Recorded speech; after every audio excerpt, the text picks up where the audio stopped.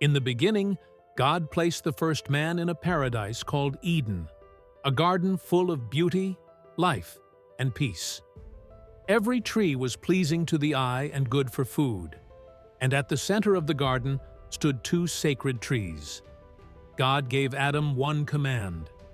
He could eat from every tree except the tree of the knowledge of good and evil. Adam lived in innocence, tending the garden and walking in perfect peace with the world around him.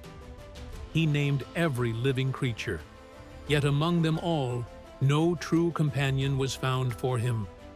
So God caused Adam to fall into a deep sleep, and in that sacred stillness prepared something new. From Adam, God formed woman, and when Adam saw her, he knew at last he was no longer alone. Adam and Eve lived together in Eden, innocent and unashamed, surrounded by perfect harmony. But one day, near the forbidden tree, the serpent approached Eve with words full of deceit. He twisted God's warning, making the fruit seem beautiful, desirable, and full of hidden wisdom. When Eve saw that the fruit was pleasing to the eye, she reached out, took it, and ate. Then she gave the fruit to Adam, and he too chose to eat. At once their eyes were opened, and for the first time they knew shame and tried to hide themselves.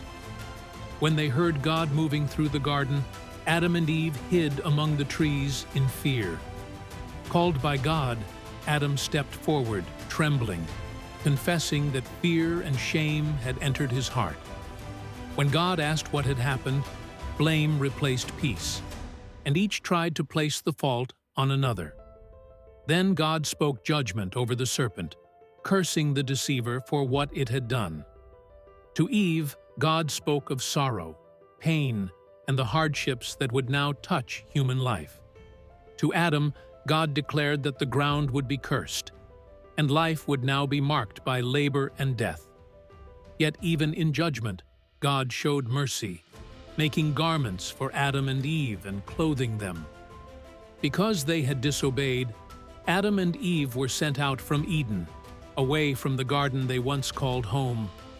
Outside the garden, they looked back with sorrow, knowing paradise was now behind them. And the way to the tree of life was closed, guarded forever by the holiness and power of God. So Adam and Eve walked into the unknown, carrying both the sorrow of the fall and the beginning of human history.